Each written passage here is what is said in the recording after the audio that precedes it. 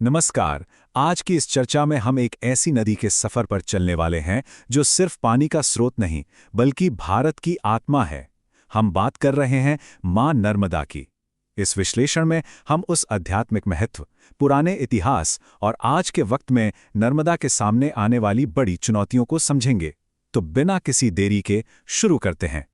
अच्छा, जल्दी से एक नज़र डालते हैं कि इस चर्चा में हम क्या क्या जानेंगे।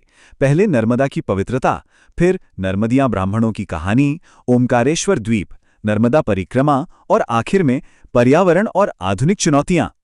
तो शुरुआत करते हैं पहले भाग से। पवित्र नर्मदा नदी, आनंद और मोक्ष की दाता। प्राचीन पुराणों की एक लाइन यहां बिल्कुल फिट बैठती है। गंगा में स्नान करने से, यमुना का जल पीने से और नर्मदा के दर्शन मात्र से मोक्ष मिलता है। सोचिए, जहां दूसरी नदियों में स्नान करना जरूरी माना गया है, वहीं नर्मदा को इतना पवित्र माना गया है कि सिर्फ दर्शन करना ही काफी है। सच में कितनी बड़ी बात है ये। अगर हम शाब्दिक अर्थ पर गौर करें तो संस्कृत में नर्मदा का मतलब ही है आनंद देने वाली। भूगोल के हिसाब से देखा जाए तो ये भारत की सबसे लंबी पश्चिम की तरफ बहने वाली नदी है। एक विशाल रिफ्ट वैली यानी भ्रंश घाटी से होते हुए ये करीब 1312 किलोमीटर का लंबा सफर तय करती है। दरअसल इसको ट्रेडिशनली नॉर्थ और साउथ इंडिया की बाउंड्री भी माना जाता है। और इस नदी का इतिहास, वो सच में आपको हैरान कर देगा। नर्मदा घाटी के दोनों तरफ विंध्या और सतपुरा के पहाड़ हैं, जो करीब 1.4 बिलियन साल पुराने हैं।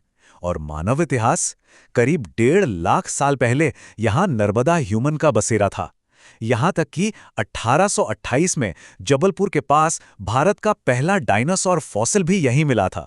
यानी ये नदी एक तरह से इतिहास का एक खजाना है। आगे बढ़ते हैं हमारे दूसरे भाग पर, नर्मदिया ब्राह्मण और उनकी विरासत। ये कहानी बड़ी ही दिलचस्प है। दरअसल इन ब्राह्मणों के पूर्वज सोमनाथ मंदिर के पुजारी हुआ करते थे। जब महमूद गजनी ने सोमनाथ पर हमला किया तो उन्हें वहां से विस्थापित होना पड़ा। वहां से चलकर उन्होंने नर्मदा के किनारों को अपना नया घर बनाया। पौराणिक कथाओं के हिसाब से राजा मंधाता के कहने पर वो ओमकेश्वर में बस गए ताकि वहां के पवित्र स्थलों की देखभाल कर सकें। इनकी भक्ति का आलम यह था कि इन ब्राह्मणों ने नर्मदा के दर्शन के लिए कठोर तपस्या की। जब दर्शन नहीं हुए तो उन्होंने पूरी डिवोशन के साथ नदी में कूदकर प्राण त्यागने का फैसला कर लिया। लेकिन एक चमत्कार हुआ। देवी रेवा, जिन्हें हम नर्मदा भी कहते हैं, उन्होंने इन्हें बचा लिया और पुनर्जीवन दिया। बस तभी से इन्हें नर्मदेया कहा जाने लगा। अब चलते हैं तीसरे हिस्से की तरफ, जो इस तीर्थयात्रा का दिल है, ओमकारेश्वर। ओमकारेश्वर दरअसल नर्मदा नदी के बीचों बीच एक द्वीप है जिसे वैदुर्यमणि पर्वत कहते हैं। यहां नदी 2 हिस्सों में बढ़ जाती है, कावेरी और नर्मदा धारा, और इन्हीं धारों के बीच विराजमान है पवित्र ओमकारेश्वर ज्योतिर्लिंगा। शाम के वक्त यहां का नज़ारा तो बस देखते ही बनता है, जब लोग पानी में जलते हुए दिए छोड़ते हैं।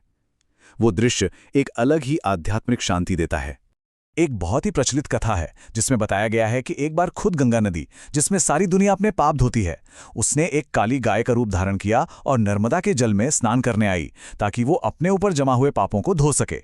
ये कथा स्पष्ट करती है कि भारत में नर्मदा को कितना ऊंचा दर्जा दिया गया है। चौथा भाग, नर्मदा परिक्रमा। आइए इस पवित्र सर्कमएम्बुलेशन यानी परिक्रमा को समझते हैं। 2600 किलोमीटर, जी हाँ 2600, ये कोई आम नंबर नहीं है। परिक्रमा करने वाले लोग परंपरागत रूप से इतनी लंबी दूरी पैदल तय करते थे, अरब सागर से शुरू करके अमरकंटक तक और फिर वापस। बिना नदी पार किए ये असाधारण यात्रा सच में इंसानी दृढ़ संकल्प की एक मिसाल है। लेकिन अब समय के साथ चीजें थोड़ी बदल गई हैं। एक वक्त था जब ये रूट 2600 किलोमीटर का था, जिसमें घने जंगल थे और 300 से ज्यादा प्राचीन तीर्थ थे। पर अब मॉडर्न रूट 3000 किलोमीटर का हो गया है। बड़े बांधों और झीलों के कारण तीर्थयात्रियों को लंबा चक्कर लगाना पड़ता है और बहुत से पवित्र स्थल तो पूरी तरह से गायब ही हो चुके हैं। और यहीं से शुरू होता है हमारा आखिरी और शायद सबसे जरूरी भाग, पारिस्थितिक और आधुनिक चुनौतियां। यहां सवाल परंपरा और प्रगति के संतुलन का है। आज नर्मदा घाटी में आधुनिक इंफ्रास्ट्रक्चर का एक विशाल जाल है।